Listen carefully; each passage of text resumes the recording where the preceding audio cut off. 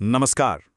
तो बस तैयारी शुरू कर दीजिए क्योंकि रोशनी, मिठाई और ढेर सारी खुशियों का त्योहार दिवाली आने ही वाला है। और सच कहूं तो ये सिर्फ एक त्योहार थोड़ी है, ये तो वो एहसास है जो हम सबके दिलों को रोशन कर देता है। हम सब दिवाली तो मनाते हैं, पटाखे जलाते हैं, मिठाइयाँ खाते हैं, पर क्या कभी सोचा है कि ये त्योहार सिर्फ एक दिन का नहीं बल्कि पूरे 5 दिनों का है और हर दिन का अपना एक अलग मतलब है, अपनी एक अलग कहानी है।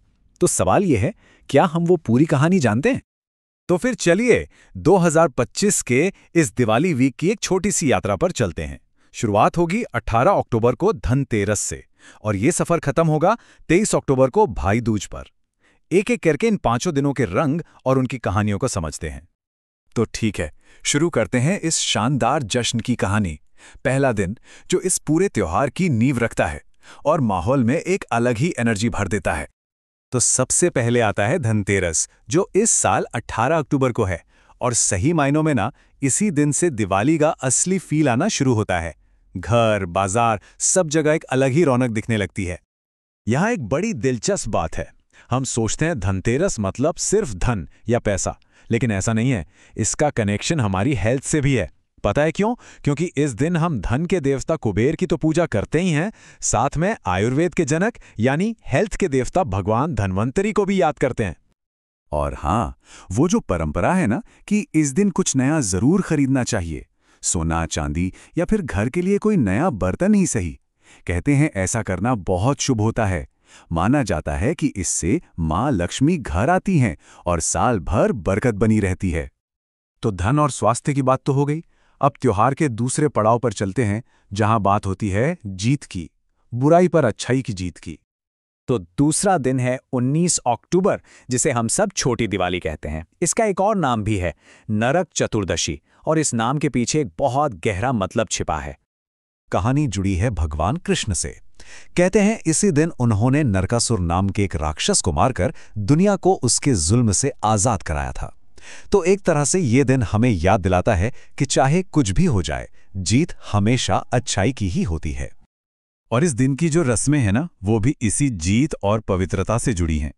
जैसे सुबह जल्दी उठकर तेल लगाकर नहाना, घर में दिए जलाना। ये सब सिर्फ बाहरी सफाई नहीं, बल्कि मन और आत्मा को भी शुद्ध करने का एक तरीका है।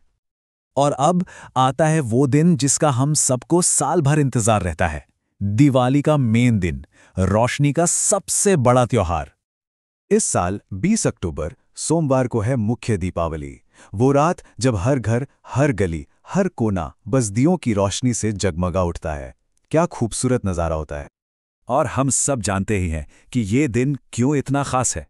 ये जश्न है भगवान राम के 14 साल के वनवास के बाद अयोध्या लौटने का। कहते हैं उनके आने की खुशी में पूरी अयोध्या को दियों से सजा दिया गया था। और देखिए, वही खूबसूरत परंपरा हम आज तक निभा रहे हैं। अच्छा, इस दिन का सबसे जरूरी हिस्सा होता है लक्ष्मी गणेश की पूजा। और हाँ, 2025 के लिए शुभ मुहूर्त का समय भी नोट कर लीजिए।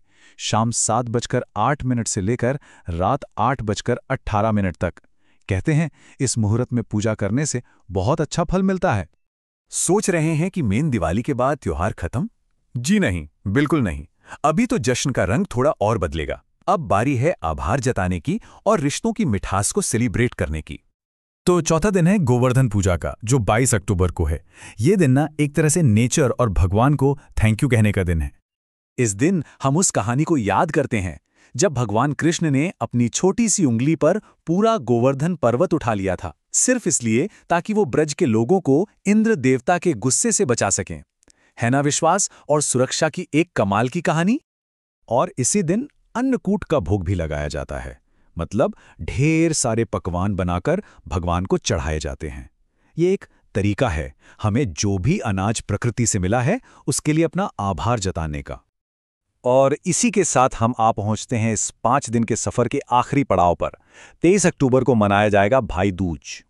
ये दिन पूरी तरह से डेडिकेटेड है भाई बहन के प्यार को, उनके खट्टे मीठे रिश्ते को, उनके स्पेशल बॉन्ड को सेलिब्रेट करने का दिन है ये। इस दिन बहनें अपने भाई के माथे पर तिलक करती हैं, उनकी लंबी उम्र के लिए प्रार्थना करती हैं और भाई भी अपनी बहन को हमेशा प्रोटेक्ट करने का वादा करते हैं। कितनी खूबसूरत रस्म है ना, जो इस रिश्ते की गहराई को दिखाती है। तो ये थे दिवाली के 5 दिन। धन, स्वास्थ्य, जीत, आभार और रिश्ते। इन सब के बाद आखिर में दिवाली हमें एक बहुत गहरा मैसेज देती है। एक ऐसा मैसेज जो सिर्फ दियों की रोशनी तक ही सीमित नहीं है। और वो मैसेज है, रोशनी फैलाइए, खुशियां बांटिए। शायद दिवाली का असली मतलब यही है। ये त्योहार हमें बस यही तो याद दिलाता है कि एक नन्हा सा दिया भी कितना भी घना अंधेरा क्यों ना हो, उसे मिटा सकता है। बिल्कुल वैसे ही हमारी एक छोटी सी कोशिश, एक छोटी सी मुस्कान भी किसी की जिंदगी में बड़ी खुशी ला सकती है। तो आखिर में एक सवाल, इस दिवाली जब हम दिया जलाएंगे तो ये जरूर सोचिएगा कि हम सिर्फ एक दिया नहीं जला रहे, हम एक उम्मीद जला रहे हैं, एक खुशी की किरण फैला रहे हैं। तो सवाल ये है कि इस बार कौन सी रोशनी फैलानी है? इसी सोच के साथ सभी को दिवाली की ढेरों शुभकामनाएं।